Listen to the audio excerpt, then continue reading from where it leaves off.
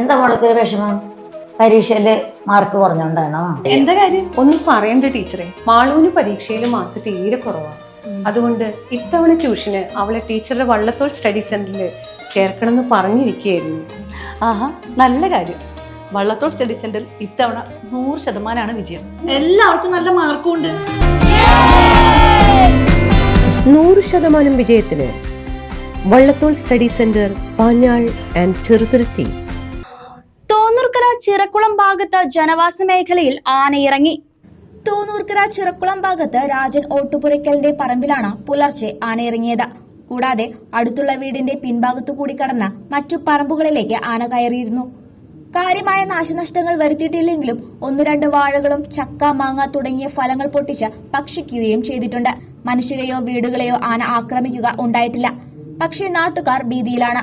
Forest ഓഫീസർമാരും panchayat അധികൃതരും സ്ഥലം സന്ദർശിച്ച് കാര്യങ്ങൾ വിലയിരുത്തി. ഫോറസ്റ്റ് ജനവാസ മേഖലയിൽ നിന്നും ഫെൻസിംഗ് ഉപയോഗിച്ച് അതിർത്തി തിരിക്കാൻ നിർദ്ദേശം നൽകിയിട്ടുണ്ട്. ഇതിലൂടെ വന്യമൃഗങ്ങൾ ജനവാസ മേഖലയിലേക്ക് വരുന്നത് ഒരു പരിധിവരെ തടയാനാകുമെന്ന് ജനങ്ങൾ കരുതുന്നു. സ്ഥലം MP-യും MLA-യും ഫോണിൽ വിളിച്ച് വിവരങ്ങൾ അറിയിച്ചിട്ടുണ്ടെന്ന് പഞ്ചായത്ത് അധികൃതർ പറഞ്ഞു. CCV news, Chelakkara.